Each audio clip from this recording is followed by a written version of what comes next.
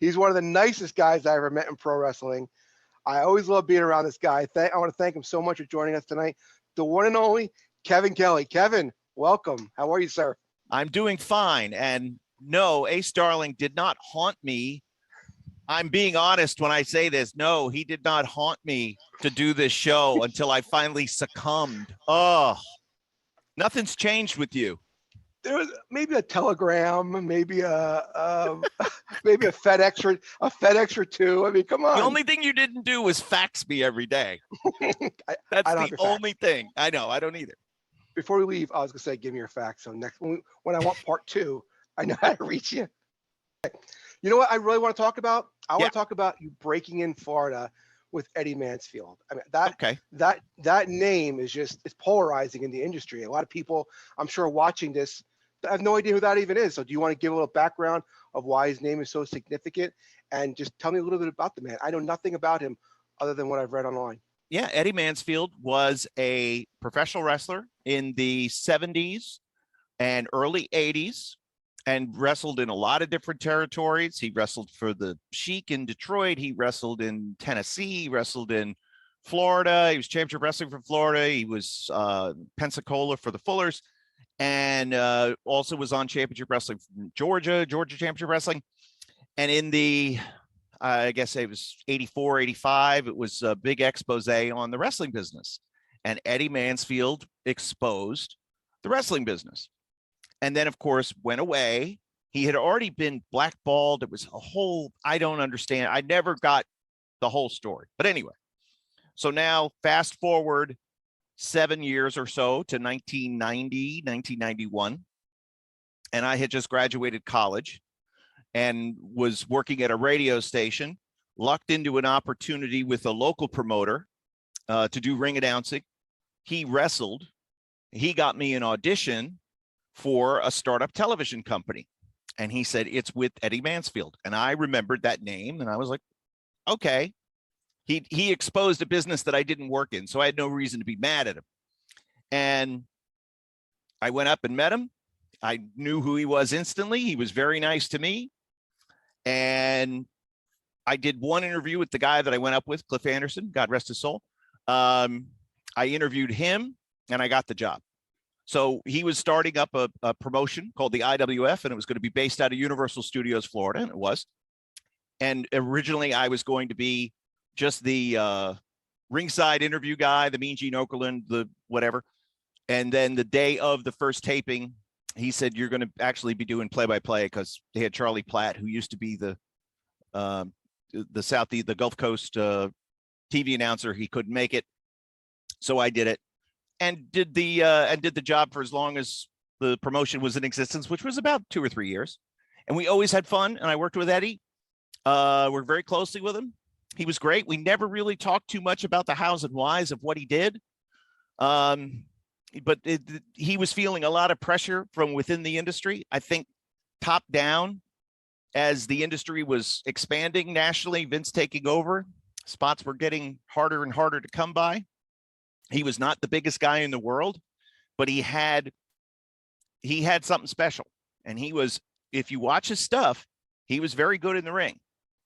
The worst part about Eddie was Eddie. He got heat with a lot of people within the industry because he was very bold with his ideas, and he thought he was good and he had no problem telling anybody, and promoters don't like that.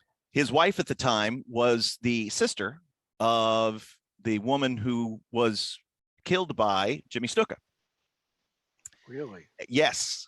Wow. And so Louise Argento was on the, and of course, you know, now Jimmy's passed, and I guess there's been a court verdict of some kind that he was eventually found guilty, or it was a civil trial. I'm not sure what it was.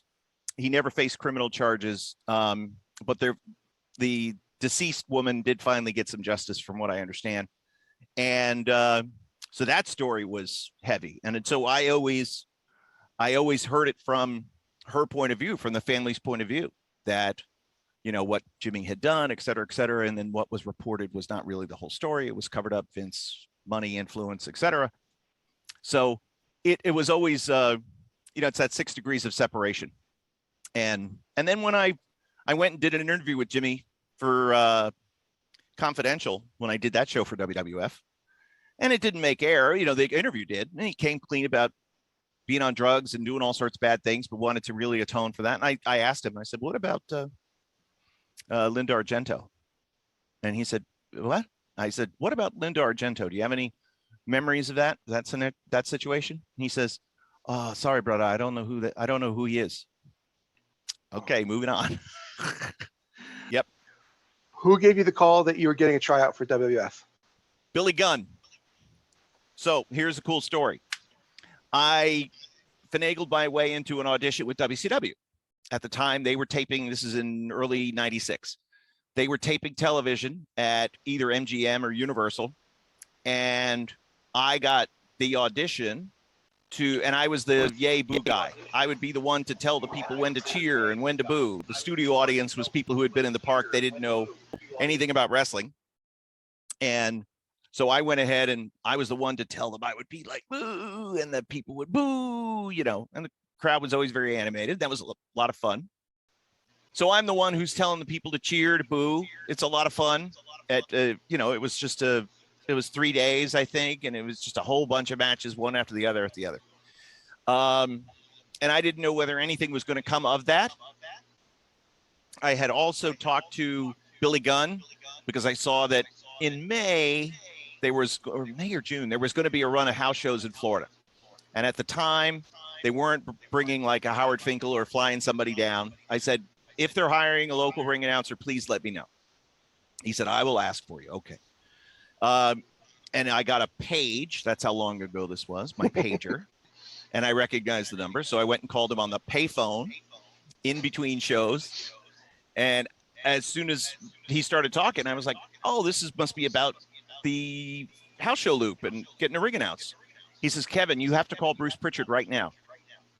Okay, why? He says, they want to bring you up for an audition. I'm thinking, an audition for a ring announcer? I don't say that. Okay. And he gives me the number and I said, thank you very much. He says, yeah, they want to bring you up for a tryout for TV. What?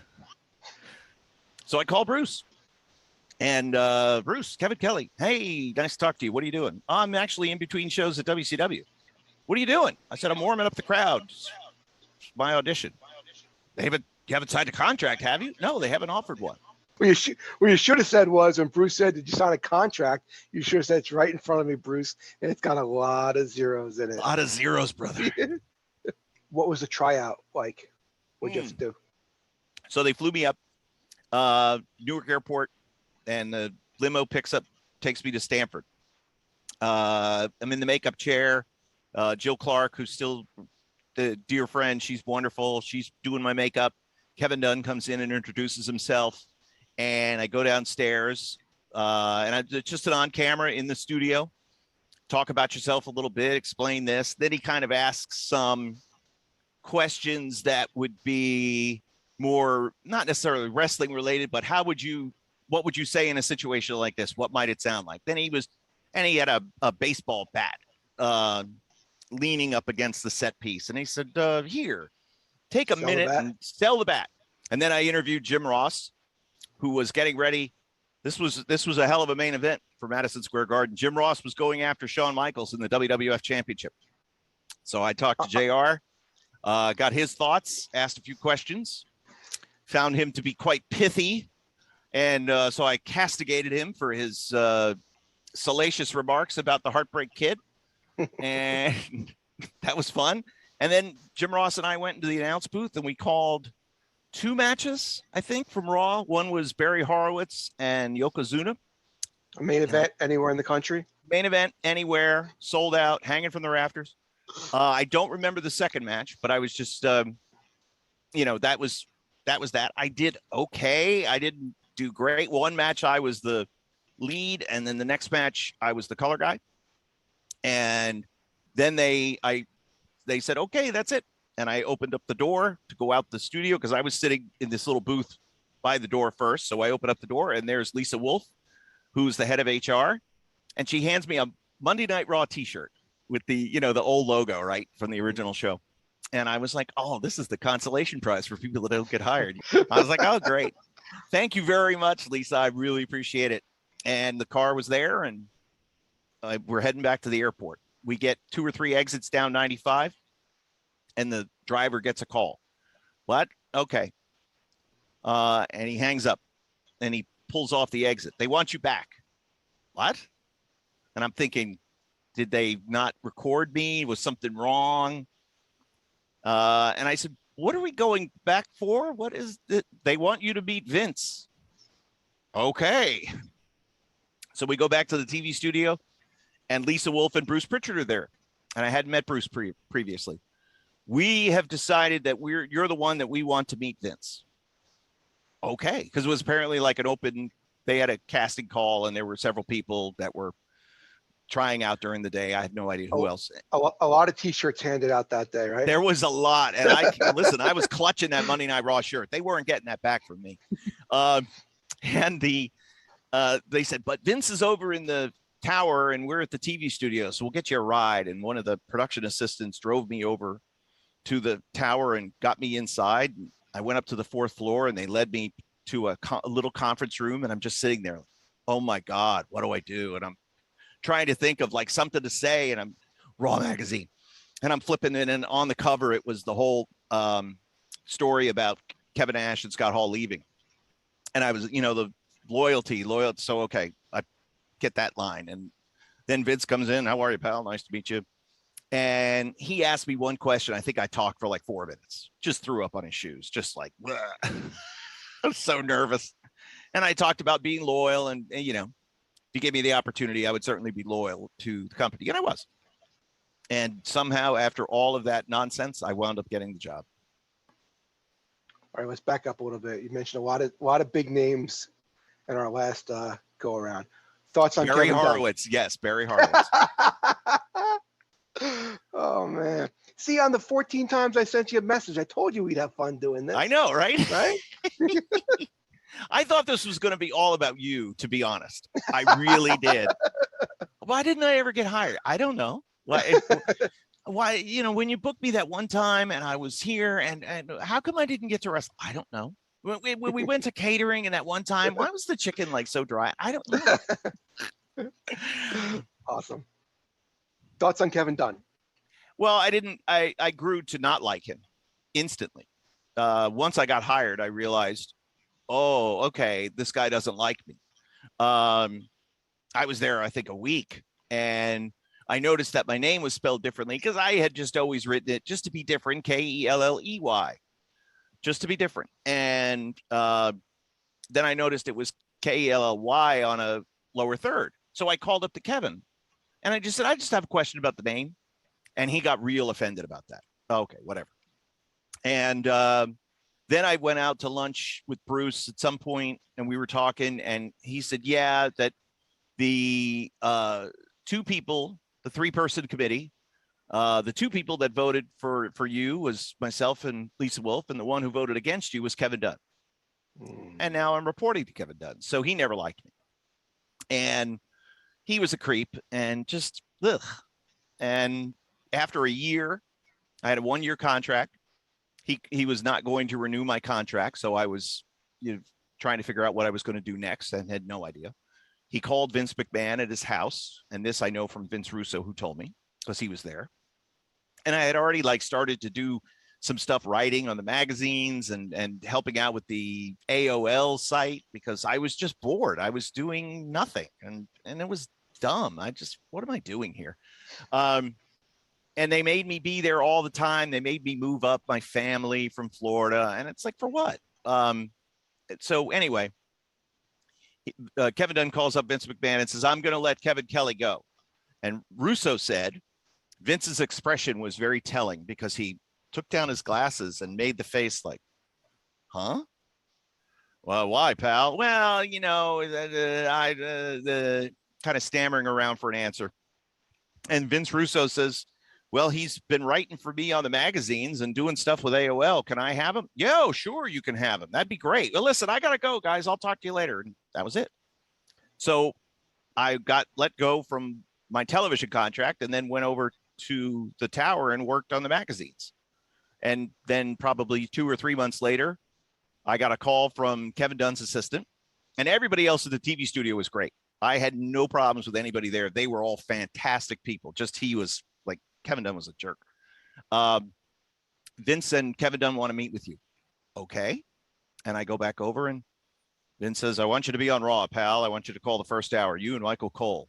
They had already hired Michael Cole to replace me. And I found that out when Cole and I rode together, I think to State College or some Northeast town, but we drove instead of flying. And we bonded in the car and found out that, yeah, he was hired to replace me. And then he and I wound up working together, and we always got along great. So it was a lot of nervous stomach moments and, fearful of what a 29-year-old guy with a meaningless communications degree from Florida State University and nothing on his resume was going to do if he got let go in Connecticut from a job that he was only at for a year and had nothing else on his resume. What was I going to do? So luckily it all worked out, and I wound up learning a lot over 7 years. Thoughts on Jim Ross? I always felt bad for JR because he was burning the candle at both ends. He had his full-time responsibilities with talent relations, and he has full-time responsibilities of doing Raw and the pay-per-views and everything else. And of course, all day long, he's doing his talent relations stuff while at the same time preparing for Raw. And he was tired a lot and grumpy a lot. And I understood why. And then I worked for him in talent relations from, 2000, 2001 to 2002. It was a year plus. And I saw that firsthand, about how phone's ringing and it's Vince, and he's got to go meet with Vince and then, get home in time and try to eat some dinner and have a life. And then he's going to be gone 4 days and then come home. And, it was a lot. And that's why eventually he just said, I just want to go home to Oklahoma. I don't want to deal with this anymore. Because it was a lot. The head of talent relations is the heat spot, and having to negotiate contracts and do all of that. It wasn't just booking the house show lineups. It was a lot of meetings with attorneys and heads of departments and things like that. So yeah, it was tough, but he was a good boss. I learned a lot from him, both on the talent side, talent relations side, and on the announcing side. He taught me some important lessons, like give every match a reason for being in the ring before they lock up. And if you can't summarize all of what is leading to this match, then it's not a good match. But if it can be simple, make it as simple as possible. Two men who are vying for the, richest prize in the game, getting set to go one fall to, we'll see who can win, as they circle and lock up. That's something I always took away. And then the key of speaking in sound bites for television. So brevity, the soul of wit. And that was some of my experience with JR, and then getting to catch up with him most recently at AEW was a lot of fun after all the years of not having seen him, and being able to catch up with him and thank him for everything he had done. What was Vince McMahon like as a boss? He was great. Yeah. He never yelled at me once. Was he in your ear at all? Yeah. And he never yelled at me. He would tell me occasionally, just relax, pal. Because I'd come, man, I was shot out of a cannon when we'd start, of course, and would help me settle down. Occasionally, he'd give me a line, and I would do my best to try to fit it in. And if I didn't, one time he asked me, what about the line I gave you, pal? I couldn't make it work, Vince. I'm sorry. But he didn't yell at me. He yelled through me one time. He was yelling at the pre-tape crew not being ready to shoot an interview with him. So I'm standing there. He's standing there. The pre-tape crew isn't ready. And he looks at me and he says, what good is an announcer without a microphone, pal? None at all, Vince. He was always super cool with me. Talk to me about Pillman's Got a Gun. Dude, it was insane. I didn't realize how real it was going to be. I had no idea. I figured, because I knew it was going to be live elements during Raw. So we got there noonish, 1 o'clock-ish. And then kind of got settled at the house, and the crew arrived at such and such time, and I'm sitting there and kind of minding my own business. I didn't know Brian very well. I knew I had met him, but I was friendly, but not friends. And met his wife. And I'm noticing like the house kind of, it's a nice house in a nice neighborhood, but it looked beat. Like it looked like nobody ever took care of it. There was, no landscaping being done. It was, the lawn was what it was. It's kind of sad. And then Steve and Brian are kind of talking through some elements and some different things. And Steve goes and works out in the gym in Brian's house. And then I once it got dark, I shot the on camera that was supposed to be live, but it was pre-recorded. And then the rest of it was live. So we're here, we're waiting. Steve Austin is threatened to show up here at Brian Pillman's house, who's recovering from an ankle injury suffered a week ago. We're here to talk to Brian, get his thoughts about what and to also record whatever might happen with Stone Cold Steve Austin here tonight at Brian Pillman's house. And then I was getting ready to do the interview with Brian. I think I did like the introductory one, and then Vince in my ear said, "I'm going to do this next part, pal." Okay. And he wanted to talk to Melanie and Brian, get the emotional aspect of it. Nothing was really like Bruce was there producing it, and he gave me some bullet points of questions to kind of ask. And Brian and I walked through some things, just ask it this way or say it this way. Okay. Very simple stuff. And then Vince kind of took over and did his thing as Steve smashes in the glass. And then the lights go out and the gunshot goes off, theater of the mind type of thing. But Brian had a real gun. And I was like, wow, that's a real gun. I don't know if it's loaded or not. I'm going to assume that it is. All right. And then the next one, I was, I forget where I was, but it was on the phone, and I was hiding under the dining room table or something like that. And no neighbors came out. No one came to see what the hell was going on. No, nothing. Nobody came by. I think that was like the house that the kids on Halloween would just skip over. Like you didn't go to the Pillman house because it was scary. And there was a fight in the back. So the back patio, the little kiddie pool that was like filled with grimy rainwater that got turned over, and he beat up whoever, Les Thatcher's guys that were there. I met Les that day. That was the first time I ever met Les. So that was cool. And then we got on the plane and flew home after the show. And, we got delayed because there was like a freak snow squall or something that came up. So we were delayed. And Bruce upgraded me to first class. So I sat there and drank beers with Bruce in the front of the plane and got smashed. And then, sobered up by the time I finally got home. Landed and drove back to the airport. From the airport, and then went to the studio the next day. And it was, the first person I saw was Tommy Carlucci, who was in charge of international. And he was like, "Oh my God, Kevin, you have no idea what hell I'm going through today." Why? Because Pillman brandishing a weapon, firing a live gun, a gun on live TV. Oh, internationally, blah, blah, blah. Oh, really? Oops. And then, oh yeah, USA's hot about it too. So we just did our job. We had no idea that there was going to be so much heat over this, but it's one of the things every time whenever I talk to people, I do an autograph signing, I go anywhere. I swear, man, people talk to me more about that than anything else. Can I mention some of the guys you worked with and you can give me a one-word answer? Absolutely not. Go ahead.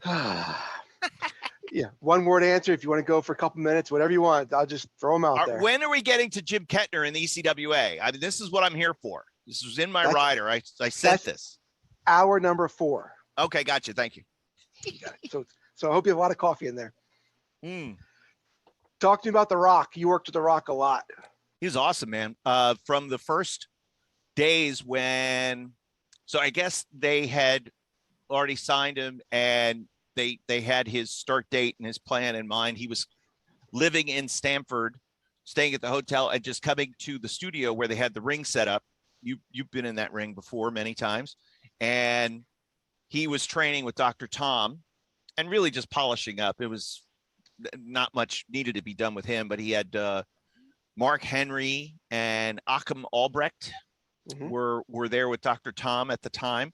So that was the first time getting to see him. And anytime anybody went in or out of the studio to get to the front desk to get to your car, you would see the ring and you'd see the boys there and, you know, go over and hang out. And that's where I got to meet Dr. Tom. And then did those first interviews for Rocky Maevia's debut, getting him ready for the Survivor Series. And those were fun. Getting to do like a episodic week to week look at Rocky Maivia as he's getting ready to train, debut. And then the debut Survivor Series, then he injures his knee a few months later and the people were sick of him already. Die, Rocky, die. And during that time off, he came up with the idea of The Rock. And that was how he wanted to come back, talk about himself in third person, and was so much more comfortable and confident. He was great, even as Rocky Maivia, but the smiling, happy to be here babyface wasn't what people in that time were wanting. So as soon as The Rock came back and they put it with the nation, you knew something special was happening, and you knew how great he was going to be. We had no idea he would be as great as he was. But then, of course, getting to do all those interviews with him, which was a hoot every single time. But the first time I met Rocky, and not a lot of people know this story. So in 1994, I'm doing ring announcing at a flea market that ran, I think, every 2 weeks on a Saturday. And it was north of Tampa in a town called Hudson, Florida. And we had been using Rocky Johnson on a regular basis. So the main event that night was Rocky Johnson against the Cuban Assassin, or it was either Cuban or Nasty Ned Brady. And Cuban was the booker, and he let me sit in on the finish meetings, which was great because that was the first time I really got to see that side of it and kind of learn that. So that was kind of cool. And he says, okay, when the time is right, whichever was going to be wrestling, the other one was going to hit the ring and cause the DQ. And then he said, then we'll run some baby faces out to make the save. And Rocky's there. And he says, I've got my kid with me. He's training a little bit. He can come down and make the save. Cuban says, that's fine. No problem at all. And when the time was right, the other one slid in, boom, boom, boom, DQ, and out wearing his number 94 University of Miami jersey, sliding under the bottom rope, throwing those punches, was Dwayne Johnson. And little did we know. So that was always a joke with Rock and I said, listen, Rock, I know it's not working out for you here, but I can make some calls. I can get you booked in Hudson probably this weekend. I said, how about this? I'll go down there with you. We'll both get a payday out of it. He said, okay, make that call. Let me know. Bret Hart. I didn't get a lot of time to work with Bret. And I got the sense when I did that Bret was not happy. I didn't know whether Bret was always grumpy or he just was grumpy at this time because he wasn't happy with things. But I would see him and he would just look tired. And I would see him and he would just look melancholy. But he was always really cool to interview and was always cool to work with. And I was a great appreciator of his wrestling. I thought he was terrific. But I kind of felt like the way things were changing within the industry and within the company, he was not a fan of a lot of it. And when he left in the summer, then came back in the fall of 96, that there was a collective sigh of relief. Vince's expression, even though he knew at that point that Bret was coming back, but the sigh of relief from Vince at ringside was legitimate because none of us knew whether or not Bret was coming back. And thank God he was. And only to leave like a year later, because that was October of 96. And then November of 97, he was gone. So that was, and then during 97, they were working on that documentary. So when I interviewed him after he won the title from Taker at SummerSlam with Shawn as the referee, and so we now talk about him being a 5-time champion. And it was a long interview that was not for TV, but it was just for the movie crew. And so that was kind of cool. And then when we go to Montreal, nobody knew what was going to happen that day, but there was an air of, you could just feel it. There was some sort of tension in the air, but it wasn't really that different than what I had seen with Brett the whole time. You know, he was just sort of there. And but so in the movie, the scene where Julie confronts Triple H and Shawn in the hallway, right, I am literally standing behind that camera, because as soon as the finish went down, I'm sitting in the WWF.com room watching the show. And I, main event's in the ring, so I don't have anything else to do on the show. And as soon as the finish happened, I went outside in the hallway. I was like, what the hell? And Jerry Lawler comes through and just rolls his eyes like, oh, and he gets his bag and he's going to leave. And then down this hallway to my left, see Vince hobbling. So that shit, because the movie camera was there already. And then I went closer to the camera because I wanted to see what was going on. And just heard that interview. You knew what was going to happen. You knew everything. And then apparently Vince got slugged. By that point, I was gone. So yeah, it was chaos, and nobody really knew kind of where things stood. And then I went back to Stamford the next day, and it was, and then we heard, the Road Warriors and Mick Foley left, and they're not going to be part of the taping because of what happened with Brett, and blah, blah, blah. And they had to smooth that over. And then Vince came in that week and did the infamous interview where Brett screwed Brett. So everything wound up working out. And I was also, I always kind of say I'm sort of like the Forrest Gump of wrestling, is that I'm there, and I was there for so much, but I wasn't involved in it. Vince Russo worked right across the hall from me, and he was literally on the phone he was on mute, but he's listening as Brett and Vince are talking. And I had a magazine question, and I just poked in, he's, yeah, come on in. Bro, you have no idea. Vince is going over every possible scenario with Brett. This disqual, we could run this guy out, DQ. We could do this. And Brett is shooting every idea down. I was like, oh man, good luck getting that in the ring. And that's exactly what happened. So a lot of what has been reported was absolutely true. What we didn't know was who made the decision when, who was clued in on it, who knew.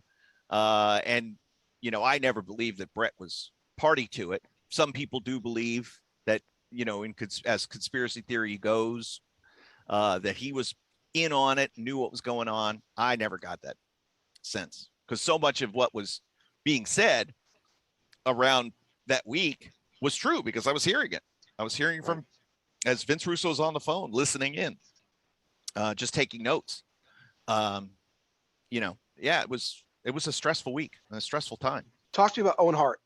You work with Owen Hart a lot. Yeah, I want to. Yeah. Wow. And again, as you talk about Brett, and you can't think about Brett without thinking about Owen, and then you think about the way Owen died that day. So we're in Kansas City, and everything is normal. And he was going to wrestle Godfather that night, and they were walking through a couple things in the ring. Then at some point, like say 5 o'clock, I do the pre-taped interview with the Blue Blazer. That's in the can. So standing by earlier today, Kevin Kelly caught up with the Blue Blazer, wink, wink, and did the interview. But he, of course, was already up in the thing at that time. So I was watching the show down the hall in the TV locker room, and I know I was sitting there by myself. So I watched the interview, and then they cut, and it's an awkward shot. The shot was supposed to be kind of like a spotlight on Owen up as he's starting to come down.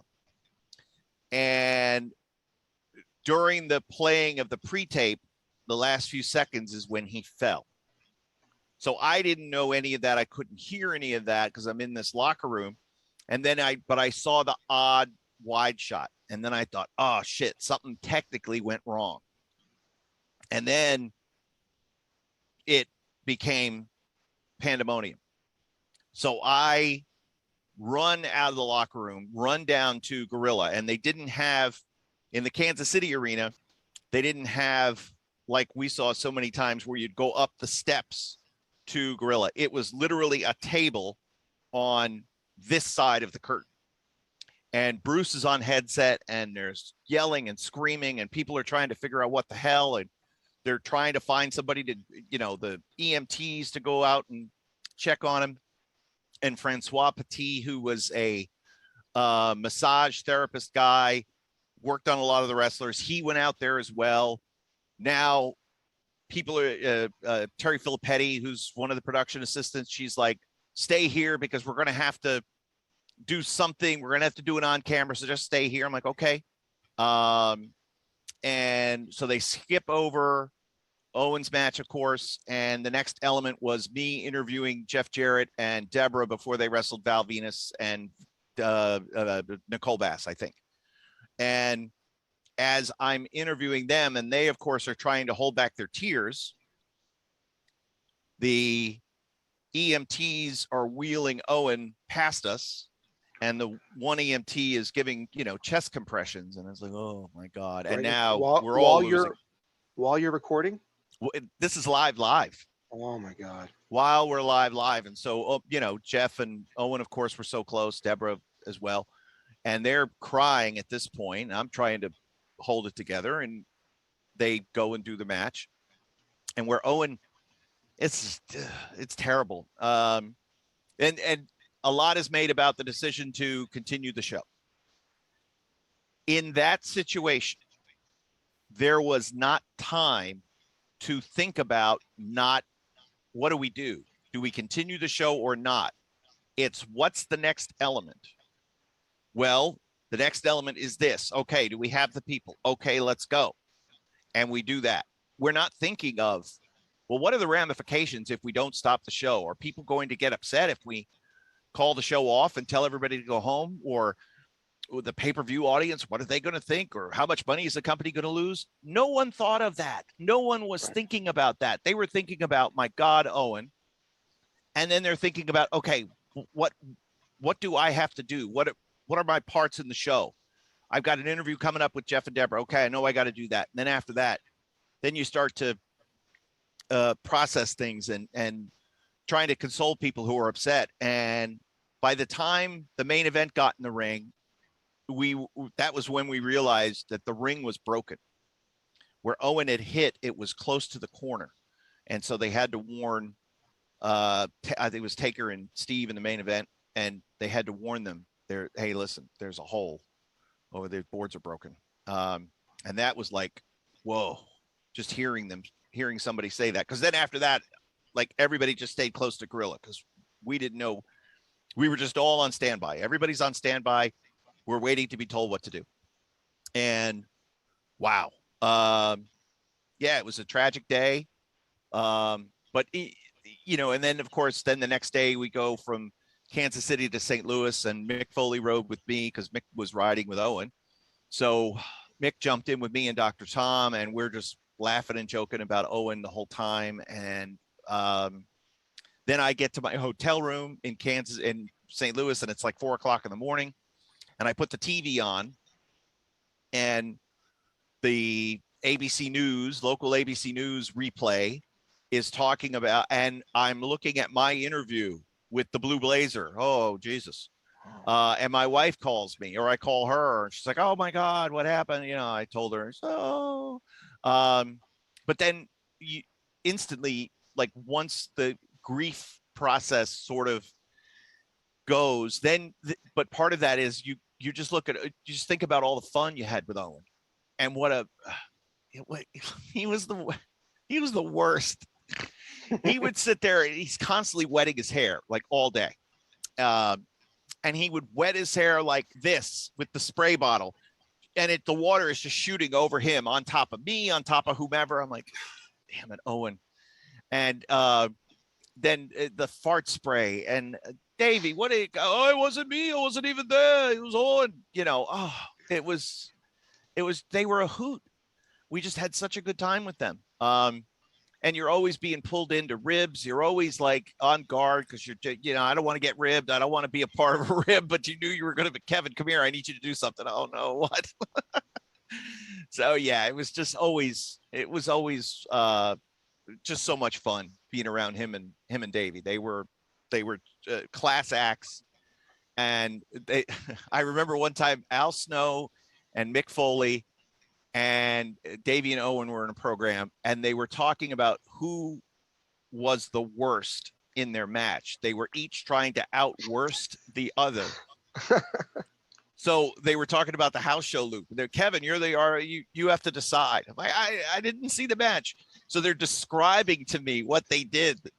Owen said, I went for a leapfrog and I jumped 2 inches off the ground. Al was saying I tripped on a drop down. We're just intentionally trying to have a stinker, and I'm like, what the hell is going on?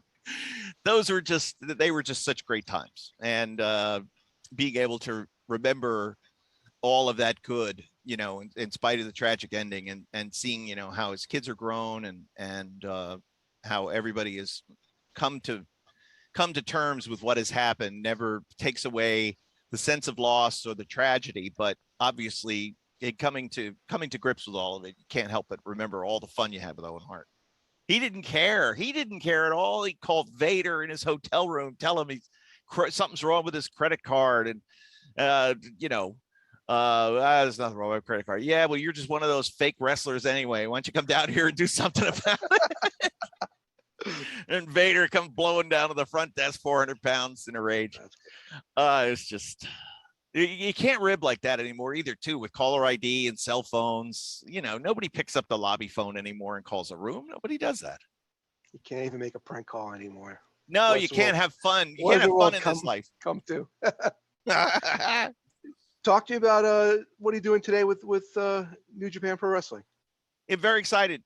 Been with New Japan now since October of 2015, and it was born out of the co-promotion relationship that we had at the time. I was the announcer for Ring of Honor, and then New Japan coming over and wanting to gain more of a foothold in the U.S. and promoting shows with Ring of Honor. It was a lot of fun getting to meet, work with those guys. While that was going on, New Japan World came into existence, and then after we had done shows through 2014, 2015, they asked if I would be interested in also doing English commentary for New Japan. So I went over, it'll be 7 years ago this month, October 15th, and did the first show, and wasn't very good, didn't know enough about New Japan and its history. So I really dove in and started to learn the history of this great company.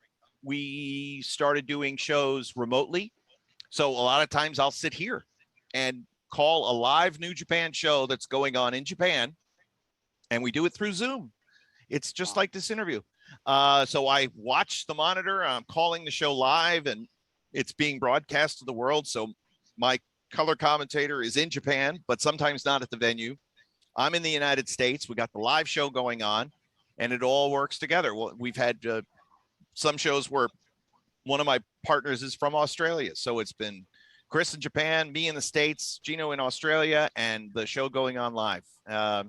So it's made us better. If that's we're more storytellers as opposed to letting the crowd. A lot of times I'll lay out, and that was another Jim Ross lesson. Let the crowd do their thing, man. Don't fight them. If they're screaming and yelling, you don't have to scream and yell just let them have their voice.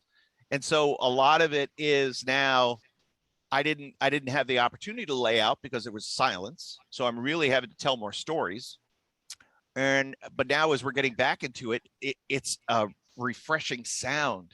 Like the first show that had cheering fans was back in the beginning of September. And they were so enthusiastic. They couldn't wait to cheer.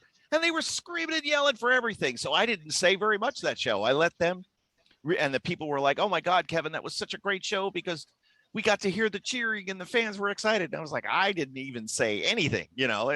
I had no work to do on that one, but it's a blast. And learning the culture and learning just a little bit of the language. It's a very difficult language to learn, but you know enough to get around. Japan is a very Western friendly country. So it's beautiful to visit. It's one of the safest places in the world. You can go there with your family and you never have to worry about crime. You never have to worry about filth. It's incredibly clean. People are polite. And it's just been a lot of fun. It's a lot of time away from my family. Through the first 28 weeks of the year, I had been in Japan 20 weeks. So that's a lot. And it's a lot of wear and tear on my family. So, having an opportunity to be there and call the matches it's important, but trying to find that work family balance is always very, very tricky. And they're running in the US now too, correct? Yeah. It's a whole separate brand, New Japan Strong. And again, that was born out of the pandemic and wanting content for the website for the world subscribers. We've got wrestlers in the United States and we're able to run shows and we can't have any crowds, but we can have wrestling matches. And they said, okay, let's try it. So that was very weird because there was no sound whatsoever. And I felt like I was calling golf, but then eventually got into it. And I said, listen, boys, I'm sorry if I'm distracting to you. And they said, no, it actually helps because as you get, animated about something, then we're able to almost hear the crowd. And a couple times I couldn't be there live because I was doing something else. And they were like, oh, we missed having you there calling the match live because then you were at least some voice. We hear, now we heard absolutely nothing. And it was very weird getting to meet some guys that I had never met before, getting to see some faces from different companies who would come in and out. Like Josh Alexander has been wonderful. And the Young Lions from the LA Dojo were great. And everybody in the staff and crew has been a lot of fun to work with Fred Rosser, who you knew, of course. You worked with him in Jersey, right? In the Indies? Oh yeah. Breaking in. Yeah. I had him on the show. I had him on the show. He was one of the first guys I interviewed. Yeah. He doesn't forget where he came from. Fred's a great guy. I've talked to him several times about that and being able to help him, as we retrace his steps, fascinating guy. And I love him to death. And there's just been a whole wealth of talent. And some of them now have gone over to Japan. Like we just got to see Tom Lawler in the G1 and Royce Isaacs, who was a, guy just kicking around, trying to get a foothold, moved out to California, got the opportunity on Strong that turned into New Japan bookings. Bad Dude Tito, same thing. Was just an indie guy in California. And now he's working in Japan, not full time, but done a couple tours and will continue to be a fixture. And seeing, the guys like David Finley and Jay White, who were Young Lions when I started and now as great as they are. And the matches like with Will Ospreay and Shingo, and those are so exciting. And then when you get to call a Tanahashi match, an Okada match, I mean, come on, there's wrestling and then there's those guys. It's art. It's art. It's physicality. It's everything. It's emotion, and it all connects and works. Getting to work with guys like Yuji Nagata, who was one of the first New Japan guys that I saw. I've been watching him on Nitro, and being able to see him in WCW, and Tenzan and Kojima and those guys. That third generation has been a lot of fun to work with. It's great. And the Japanese boys appreciate what we do in the English commentary because they know that we help get them over, so that when they come to the United States or they go to England or they go anywhere in the Western speaking world, people know who they are instantly. And that was okay. So we're doing our job.